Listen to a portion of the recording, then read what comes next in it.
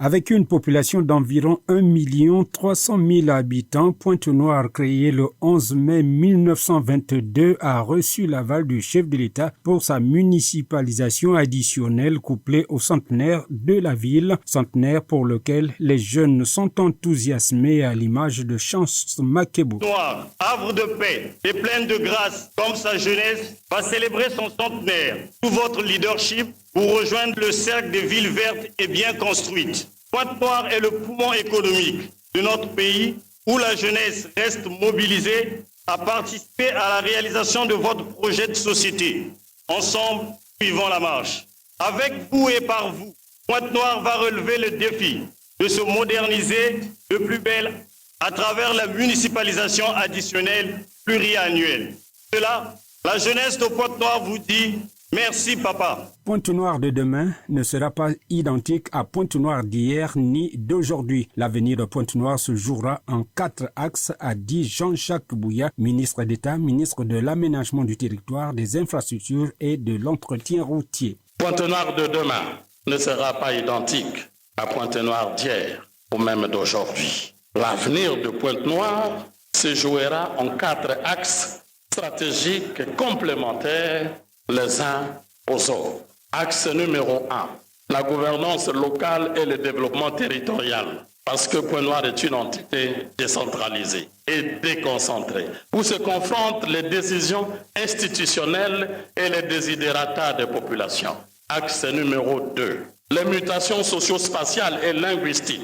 Parce que les groupes humains, de plus en plus nombreux, dans une sorte de melting pot, ont leur mot à dire sur la gestion de leur ville. Axe numéro 3, la morphologie urbaine, les dynamiques spatiales, les inégalités socio-sanitaires et les crises urbaines. Parce qu'en réalité, l'extension spatiale exponentielle de la ville a des conséquences sur la croissance démographique et même sur la santé et la sécurité. Axe 4, les risques morphoclimatiques, parce que les impacts du changement climatique ne devraient pas, en temps normal, exempter notre ville océan. Le président venant de la COP est le témoin privilégié. Pour y parvenir, l'action du gouvernement va s'orienter vers la création de 4 pôles essentiels. Le premier pôle est économique. Il s'articule autour d'une zone économique spéciale, adossée à un port minéralier, qui entraînera ipso facto la création des emplois, des échanges commerciaux interdépartementaux dans la région et même dans la sous-région. Le deuxième pôle est culturel et touristique. Il met en avant la grandeur du patrimoine culturel que recèle la ville océane et le département du Kwilu. Nous prenons à titre d'exemple l'île de Gorée au Sénégal. Et cela passera nécessairement par la construction d'un musée de l'histoire et de la mémoire des peuples déportés vers les Amériques. Le troisième pôle est celui des transports et de la logistique. Il se structure autour de l'aspect multimodal des transports, en intégrant pour chaque entité des aspects logistiques et de transit pour l'aérien, par l'aéroport international Agostino Neto, le maritime, par le port autonome de Pointe-Noire, le rail, par le chemin de fer Congo-Océan, la route, par la route nationale numéro 1, vers Brazzaville, la route nationale numéro 5, vers le Gabon et la route vers le Cabinda.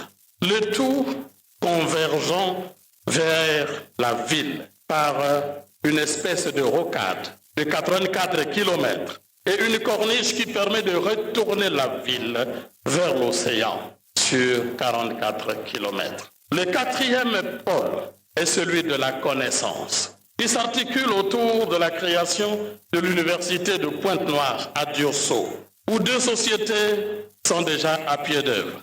Prélude au lancement des travaux par le président de la République lorsque le premier module sortira de terre. C'est ce qui explique tout l'intérêt de la construction de l'université de Pointe-Noire. À l'instar de l'université Denis Sassou Nguesso de Kintele, cette alma mater servira de trait d'union entre le monde des affaires et celui de l'apprentissage, au même titre que l'université catholique de Liambo.